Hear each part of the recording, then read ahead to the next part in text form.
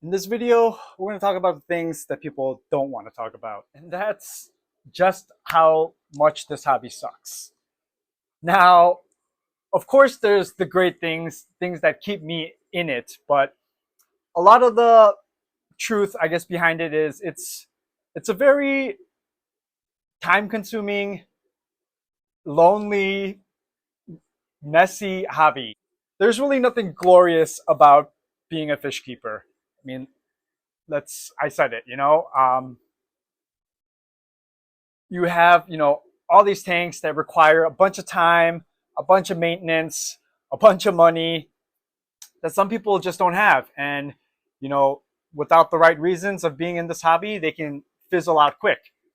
And that happened to me. So, I've been in it for several years. A few years ago, I lost, what was probably like my best friend in a pet, weird kind of way. But he passed. And it stung more than I thought it would. So I sold off everything and I just completely quit for, a good, it was at least a year. And then that itch came back. And then kind of after just thinking about it, you just find that passion back again. So without those right reasons, it's going to be really difficult to stay in the hobby. And that's the truth. Whether you keep one tank or 100 tanks, there's always going to be maintenance. If you want to do it right and stay in the hobby for, a long time, there's going to be things you need to know. And all that stuff could be found on YouTube, could be found online. I've said it before. Nobody in my friend group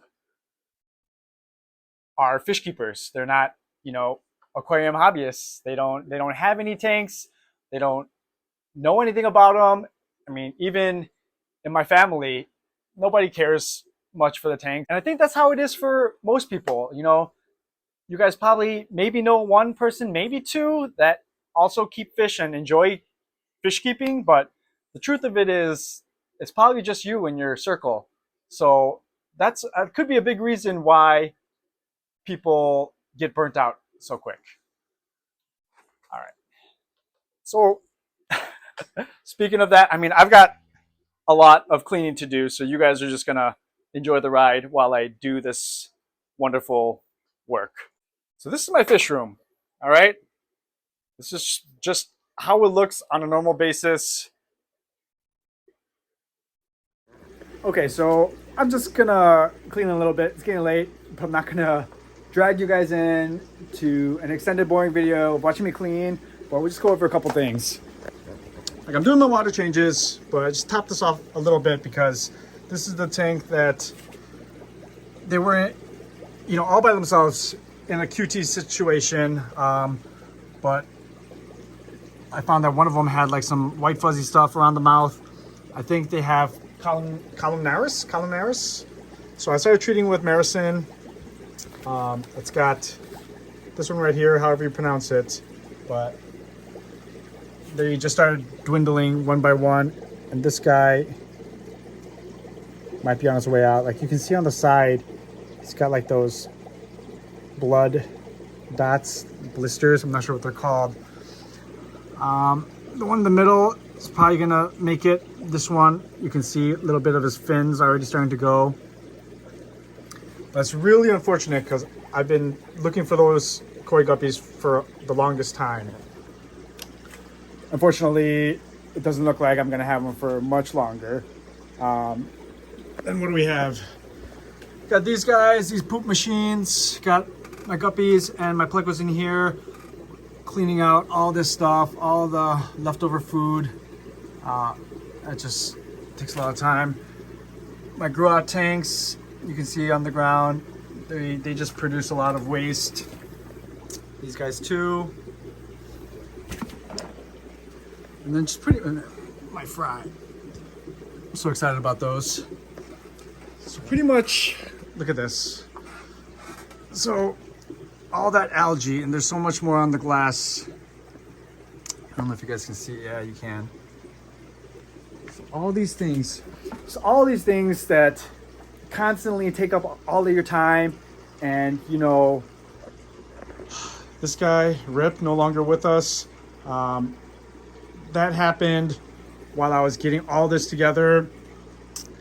Found him floating one night when I came down here and tested the water, and the nitrates were extremely high. So chances are that he died from nitrate poisoning, and it happens because of my negligence, and that was my fault, because all of my time every day, the minutes and the hours I had, I was building this rack, and my attention was, you know, everywhere else and not on him. So it's tough, you know. I think after going through that first time when I had, you know, my favorite fish that died, it just, I guess it almost, it kind of sounds bad, but it kind of numbs you. Like, you know, you're always going to have the fish that pass away. You keep 100 fish, you're going to have some that die. And it's just, I mean, it could be things that you had no control over, but it also could be things that it was completely 100% your fault. And, you know, I've had that happen a lot. So it's not a good thing. It's not, you know, it's not the best thing to say that I'm responsible for all those bad things, but it happens. It does happen. And I think the main thing I want people to take away from this video is that if you're going to be in this hobby, be in it for the right reasons, find that passion and try to keep it.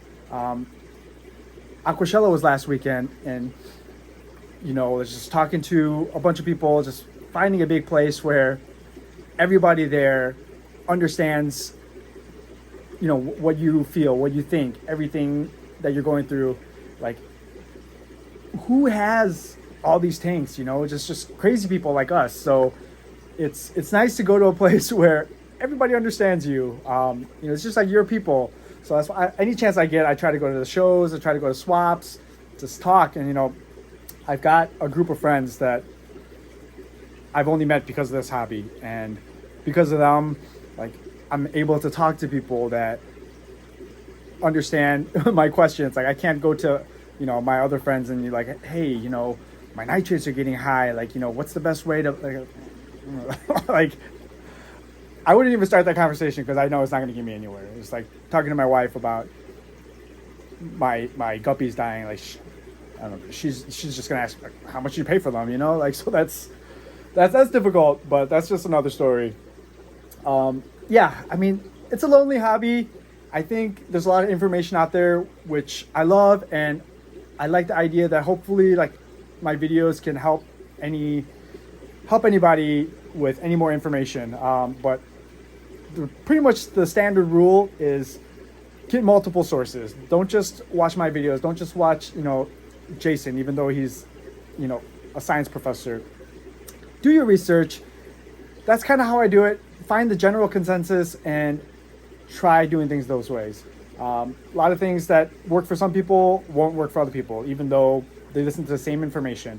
Whether it's, you know, you guys just have different water chemistry or, I don't know, other things. But yeah, just try to get as much information as you can from as many sources as you can, and find that passion. Like, it's hard. It's hard at times. Like, I know, you know, sometimes I come down here, it's like, oh man, like, I gotta change my water, you know, let me just do it tomorrow. Like, just doing things like that can cause deaths like I had. One of the big tips or pieces of information that I have is all the negative things that I've been through, I've always learned from them.